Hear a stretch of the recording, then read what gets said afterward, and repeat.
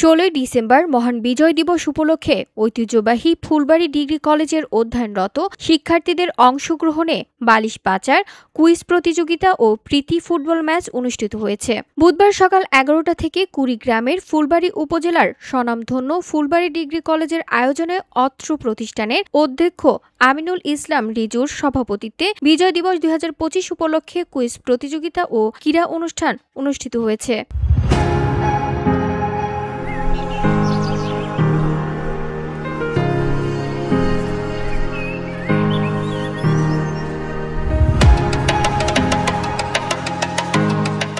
সকাল 11টায় উচ্চ মাধ্যমিক ও উচ্চ মাধ্যমিক বিএমটি কুইজ প্রতিযোগিতা, 12টায় অত্র কলেজের সকল ছাত্রীদের জন্য বালিশ পাচার এবং বিকেল 3টায় অত্র কলেজের উচ্চ মাধ্যমিক ফুটবল দল বনাম ডিগ্রি ও অনার্স ফুটবল দলের মধ্যে প্রীতি ম্যাচ খেলা অনুষ্ঠিত হয়। খেলায় নির্ধারিত সময়ে কোনো ফলাফল না আসায় টাইব্রেকারে ডিগ্রি ও অনার্স ফুটবল দল 3-2 গোলে জয়লাভ করে।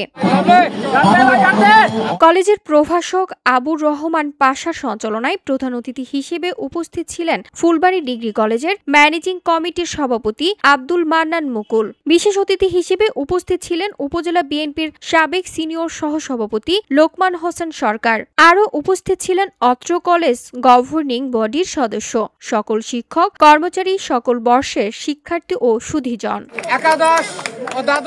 খেলা পরিচালনা করেন অত্র কলেজের প্রভাষক জাকারিয়া মিয়া।